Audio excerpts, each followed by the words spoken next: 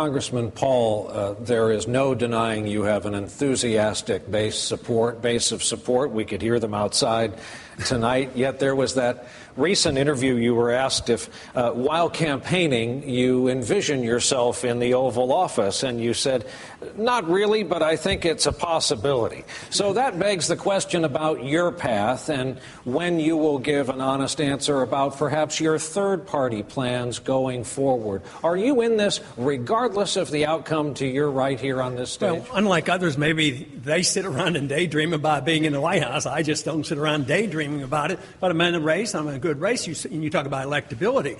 Why don't we take on the first 3 states and take everybody 30 years and under? I'm doing pretty darn well. I'm winning that vote.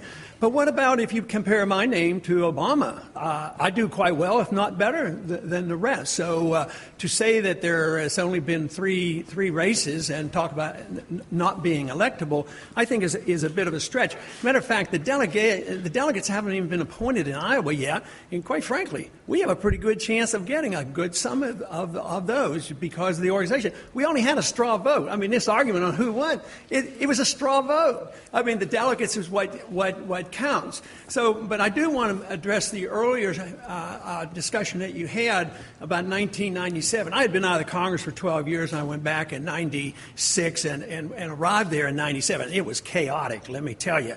It was a mess, and it was a mess for 12 years.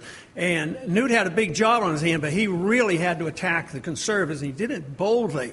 And quite frankly, I think the reason he didn't not run for Speaker, 2 years later, he didn't have the votes. That was what the problem was. So this idea that he voluntarily reneged and he was going to punish himself because we didn't do well in the election, that's just not the way it was. Let me come at it this way. If Newt Gingrich emerges from the GOP primary process as the nominee of the party, do you go your own way?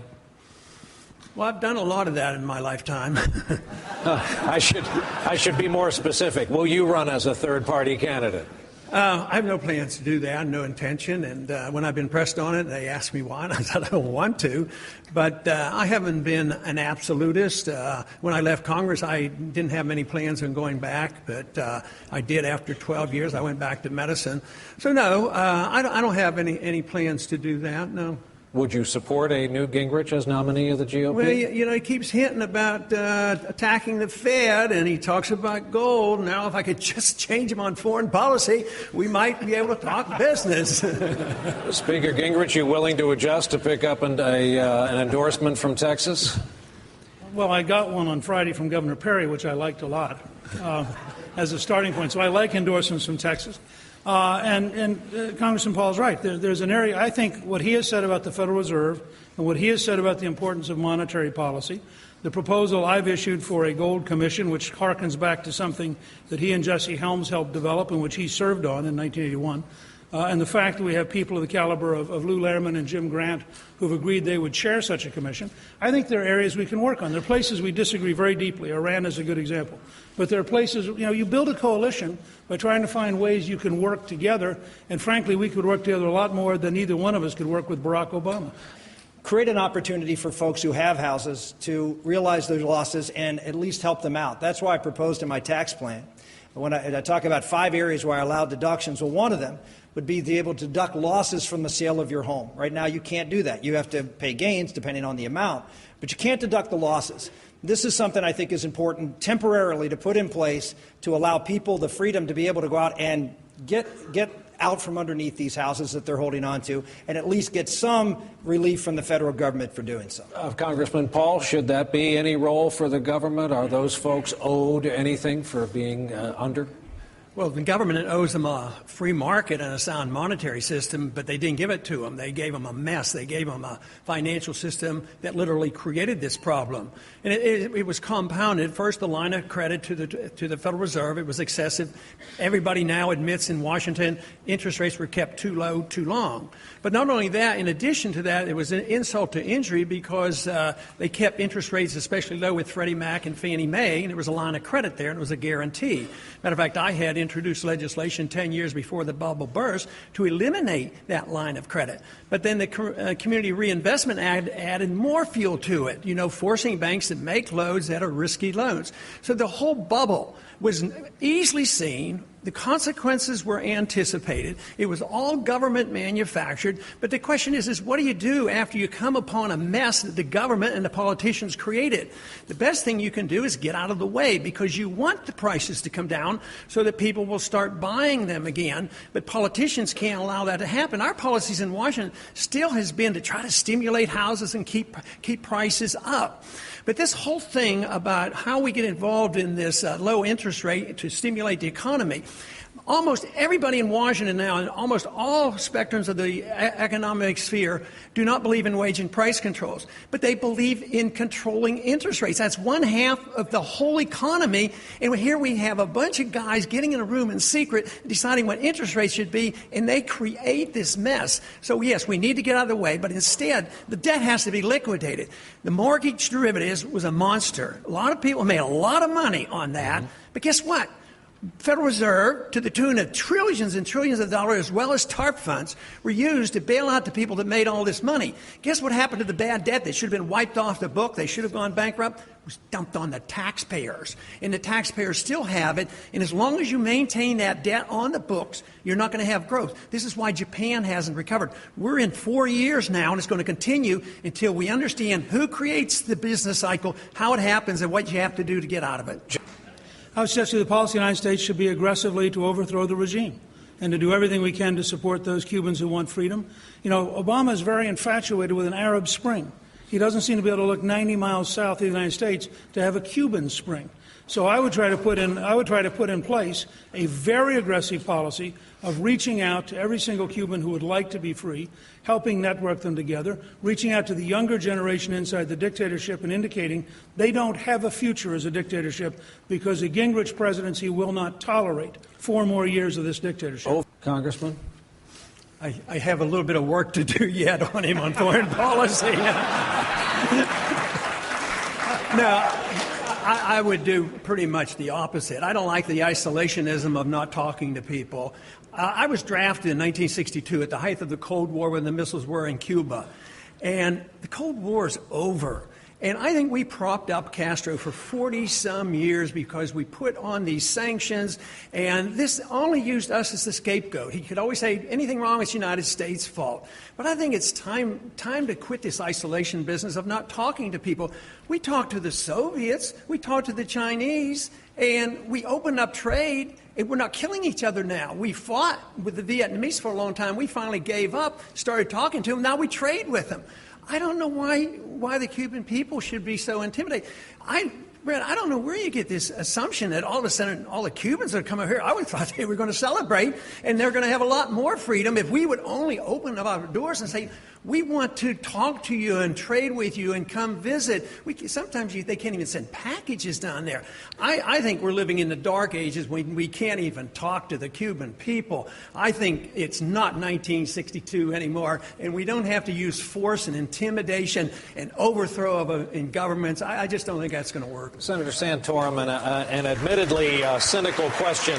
So we ought to have an aircraft carrier in the Gulf, an aircraft carrier, and of course the task force with it in the Mediterranean. We want to show Iran any action of that nature will be considered an act of war, an act of terror, and America is going to keep those sea lanes open. So, Congressman? No, I wanted to get involved in the discussion. No, go ahead. Because the question was, would you go to war? And Mitt said he would go to war. But you have to think about the preliminary act that might cause them to want to close the Straits of Hormuz, and that's a blockade. We're blockading them.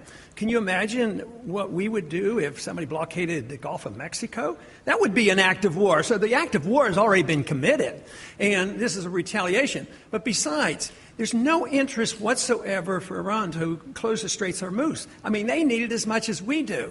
I mean, so you have to put that in a perspective. But this whole idea that we have to go to war because we've already committed an act by blockading the country, and I don't see. I think Newt is right. I think he's wrong about World War II. I think the people were ready because we did it properly and we declared it and we won it quickly. But no, the people are not ready. We don't have any money. We have too many wars. The people want to come home, and they certainly don't want a hot war in Iran right now. And I think that would be the most foolish thing in the world to do right now, is take on Iran. All of you favor making English the official language of the United States, which could mean that ballots and other government documents would not be available in Spanish. But Speaker Gingrich, you're sending out press releases in Spanish. Governor Romney, you're advertising in Spanish. Why is it okay for you to court voters in Spanish, but not okay for the government to serve them in Spanish? Congressman Paul? Yeah, my answer is similar, but a little bit different, because at the national level, obviously, we have to have one language. I mean, we can't have multiple languages, so for legal reasons, we would have one language. But our system really gives us a way to be more generous, because if Florida wanted to have some ballots in Spanish, I certainly wouldn't support a federal law that would prohibit Florida from accommodating, a city election or a local election or a state election. I think that's the magnificence of our system, where you can solve some of these problems without dictating one answer for all states. But nationally, we should have one language. Florida's Everglades provide 1 in 3 Floridians with their drinking water. It affects thousands of jobs. Right now, there's a joint federal-state program to save what's left of the Everglades. Would you commit to continuing that federal financing of the Everglades preservation? Sure. I don't see any reason to go after that. I would still look into the details on whether that could be a state issue or not. But with all the wars going on and the economy is in shambles as it is, and the unemployment, to worry about dealing with that program, we could do it in a theoretical sense, but I would see no reason to complicate things. But I wouldn't have any desire to interfere with that. At this point, we'll take another break. We'll return from Tampa with this line of questioning right after this. Congressman Paul, you're a doctor. What was your view of the Terri Schiavo case? I found it so unfortunate. It's so unusual, too. That situation doesn't come up very often. It should teach us all a lesson to have living wills, or a good conversation with a spouse. I would want my spouse to make the decision, but it's better to have a living will. But I don't like going up the ladder. We go to the federal courts and the Congress and on up. Yes, difficult decisions. Will it be perfect for everybody? Not. But I would have preferred to see the decision made at the state level. But I've been involved in medicine with things similar, but not quite as difficult as this. But usually we deferred to the family, and it wasn't made a big issue like this was. This was way out of proportion to what happens more routinely. But I think it should urge us all to try to plan for this and make sure either that one individual that's closest to you makes the decision, or you sign a living will, and this would have solved the whole problem. We have gentlemen here on the 3 issues that got the Tea Party started, that are the base of the conservative movement now in the Republican Party. And there is no difference between President Obama and these 2 gentlemen. And that's why this election here in Florida is so critical, that we have someone that actually can create a contrast between the president and the conservative point of view. Congressman Paul, are these 2 men in the middle insufficiently conservative for you? Well, I think the problem is nobody's defined what being conservative means. Go ahead. And I think that is our problem. Conservatives means we have smaller government and more liberty. And yet, if you ask what have we done, I think we've lost our way completely. Our rhetoric is still pretty good, but when we get in charge, we expand the government. You talk about Dodd-Frank, but we gave them Sarbanes-Oxley. We gave debts as well, when we're in charge. So if it means limited government, you have to ask a basic question: what should the role of government be? The founders asked that question, had a revolution, wrote a constitution. And they said the role of government ought to be to protect liberty. It's not to run a welfare state, and not to be the policeman of the world. And so if you're going to conservative, how can you be conservative and cut food stamps, but you won't cut spending overseas? There's not a nickel or penny that anybody will cut on the conservative side overseas spending, and we don't have the money. They're willing to start more wars. So I say if you're conservative, you want small government across the board, especially in personal liberty. What's wrong with having the government out of our personal lives? So this is what we have to decide: what conservative means, what limited government means.